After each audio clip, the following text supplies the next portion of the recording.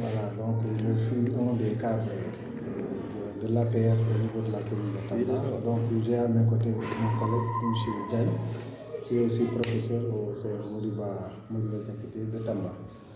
Alors donc je voudrais vous remercier d'avoir bien voulu répondre à mon invitation pour me prononcer en fait sur la situation actuelle du pays qui découle véritablement donc du report des élections qui devait se tenir le 25 février. Alors, donc moi, en tout cas, Ibrahim Traoré, je marque mon désaccord par rapport quand même à ce report. Vraiment qui fait qu'aujourd'hui, le Sénégal est, si je peux m'exprimer ici, est à la vindicte populaire. Parce que ce que nous ne pouvons pas accepter, c'est d'attendre 24 heures, je pense, avant l'ouverture de la campagne électorale, reporter les élections, ne pas penser à ces milliers de Sénégalais-là qui se sont mobilisés pour véritablement donc, le parrainage de certains candidats. Donc ils étaient 20 et aujourd'hui le président de la République, d'après véritablement donc, les arguments qui ont été avancés, il y aurait un candidat qui a une double nationalité.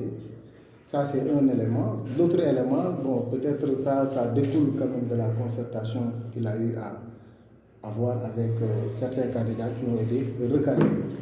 Nous pensons que cela est injuste parce que tout simplement, les candidats qui ont réussi à collecter des parrainages, et derrière chacun de ces candidats, on peut dénombrer le nombre de 40 000, voire 50 000 personnes qui se sont mobilisées pour les aider à réussir le parrainage. Et moi, ce que je n'accepte pas, c'est que c'est comme si on faisait un examen.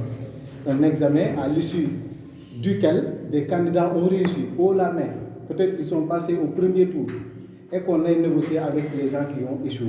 Donc je pense que cela est anormal et nous avons vu par le passé, c'est le Sénégal qui était là à demander que l'ordre constitutionnel soit rétabli dans certains pays, en l'occurrence le Mali, en l'occurrence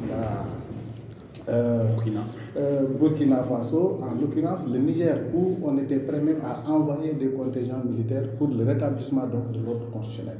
Aujourd'hui, nous ne pouvons pas concevoir que le Sénégal se mette dans la même position que ces pays-là qui ont été indexés par le passé.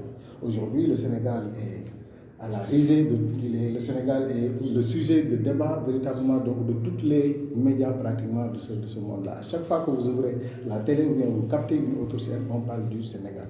Donc je pense que le Sénégal ne mérite pas cela. Et le président Macky Sall quand même a beaucoup fait pour le Sénégal. Il a travaillé, il a bâti, il a construit. Donc nous ne pouvons pas accepter qu'aujourd'hui, vraiment qu'il gâte son image en reportant véritablement donc, ces élections-là.